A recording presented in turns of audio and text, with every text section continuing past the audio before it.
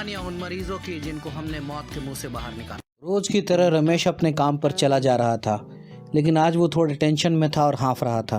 अचानक उसकी बाईं आंख की तरफ अंधेरा छा जाता है।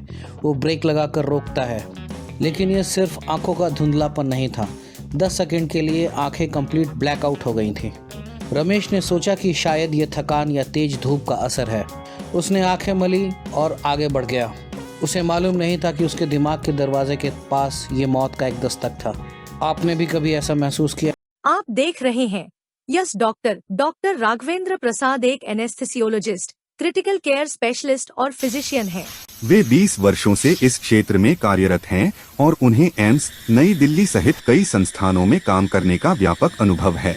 रमेश अपनी जिंदगी में वो सारी लापरवाहियां कर रहा था जिसके उसको मना किया गया था, जैसे बहुत ज़्यादा फास्ट फूड खाना, बहुत ज़्यादा नमक और तेल वाला खाना खाना, स्मोकिंग करना और अपनी दवाइयों में लापरवाही बरतना। आँखों के सामने आने वाला ये टेम्पररी अंधापन, इसको हम लोग मेडिकल की भाषा में एमेरोसिस फुगिक्स कहते हैं। जैसा कि रमेश को ब्लड प्रेशर था, कोलेस्ट्रॉल था, लेकिन वो उसकी दवाइयाँ नहीं ले रहा था। उसको कम करने के लिए सावधानियाँ जो बरतनी चाहिए वो नहीं ले रहा था। उसके दिल या गर्दन की खून की नसों में एक छोटा सा थक्का बनता है, जो कि आगे जाकर आँख की नसों में चला जाता है। आँख की नसों में जाने की वजह से थोड़ी देर के लिए उसको अंधापन महसूस होता है। तो रमेश की बीमारी आँखों की कोई बीमारी नहीं थी, बल्कि उसके दिल और दिमाग में खून के थक्के जाने का एक संकेत था, एक रेड अलर्ट था। एक दिन रमेश घर पर अखबार पढ़ रहा था कि उसके आंखों के सामने अंधेरा छा गया। उसे लगा कि चश्मा बदलना पड़ेगा। उसकी पत्नी उसको डॉक्टर के पास जाने के लिए कहती है, लेकिन वो टाल जाता है। लेकिन अगले ही दिन ऑफिस में प्रेजेंटेशन के दौरान उसके आंखों के सामने फिर से अंधेरा छाता है। रोशनी तो लौट आती है, लेकिन बाएं हाथ में हल्की सी कमजोरी बनी रहती है। ये कमजोरी भी थोड़ी देर में ठीक हो जाती है, लेकिन वो ये समझ नहीं पाया कि ये छोटा सा स्ट्रोक था, जिसको mini stroke, transient ischaemic attack कहते हैं। कुछ दिनों बाद उसके आंखों के सामने फिर से अंधेरा छाया। वो लड़खड़ा कर गिर गया। उसके हाथ से ग्लास छूटकर टूट गया। उसकी पत्नी डर जाती है और इस बार वो डॉक्टर को दिखाने के लिए बहुत जिद करती है, लेकिन रमेश हमेशा की तरह इस बात को टाल जाता है। गर्दन में कैरोटिड आर्टरी होती है जो दिल से दिमाग तक खून पहुंचाती है।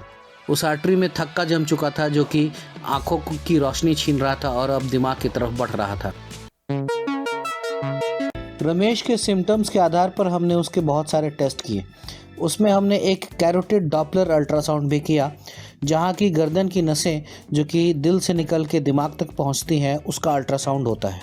हमें ये साफ दिख रहा था कि उसकी जो कैरोटिड आर्टरी है, जो नस दिल से निकल के दिमाग तक जा रही है, उसमें 70% तक 70% बंद हो चुकी है।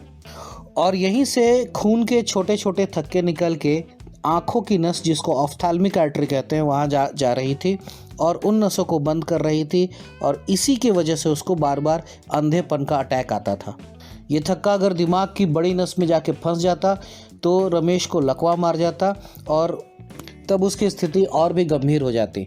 हमने उसे दवाइयों के तौर पे एस्पिरिन और स्टैटिन नाम की दवाइयाँ दी और उसको बताया कि अब आपके कैरोटिड आर्टरी की सर्जरी करनी पड़ेगी।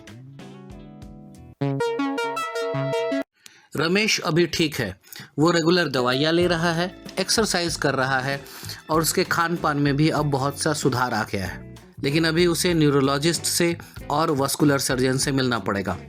आंखों के सामने आने वाला ये कालापन, अंधापन या अचानक से कमज़ोर हो जाना हाथ पैरों का और फिर ठीक हो जाना, ये छोटे छोटे ऐसे रेड अलर्ट हैं जो कि बताते हैं कि खून की नसों में ब्लॉकेज आ रहा है, आपके दिमाग में खून की सप्लाई रुक रही है और आपको आने वाले समय में ब्रेन का स्ट्रोक हो सकता है। अपने ब्लड प्रेशर, कोलेस्ट्रॉल, मोटापा, इन सारी चीज़ों को नियंत्रण में रखिए। मैं बहुत सारे ऐसे मरीजों से मिलता हूँ जो कि इन्हीं छोटी सी गलतियों की वजह से ब्रेन स्ट्रोक लेकर आईसीयू में भर्ती हो जाते हैं। कई बार मरीजों की जान तक चली जाती है। तो जागरूक रहिए, अपने सेहत का ख्याल रखिए और हमारे साथ जुड़िए। यस डॉक्टर यूट्यूब चैनल के लिए अस्वीकरण। यस डॉक्टर यूट्यूब चैनल पर प्रस्तुत सामग्री केवल सामान्य जानकारी प्रदान करने के उद्देश्य से है और इसे व्यक्तिगत चिकित्सा सलाह के रूप में नहीं लिया जाना चाहिए।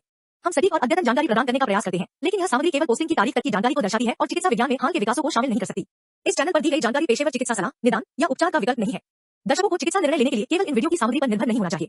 कृपया अपने स्वास्थ्य के बारे में निर्णय लेने, नए उपचार शुरू करने या मौजूदा उपचार बंद करने से पहले हमेशा एक योग्य स्वास्थ्य सेवा पेशेवर से परामर्श करें। यस डॉक्टर और इसके निर्माता इन वीडियो में दी गई जानकारी के आधार पर लिए गए निर्णयों या की गई क्रियाओं के लिए किसी भी प्रकार की जिम्मेदारी से इनकार करते हैं।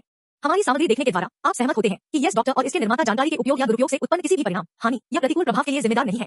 व्यक्तिगत चिकित्सा सलाह और मार्गदर्शन के लिए कृपया एक लाइसेंस प्राप्त स्वास्थ्य सेवा प्रदाता की सहायता लें। हमारी जिम्मेदारी से शिक्षित और सूचित करने के उद्देश्य को समझने और समर्थन करने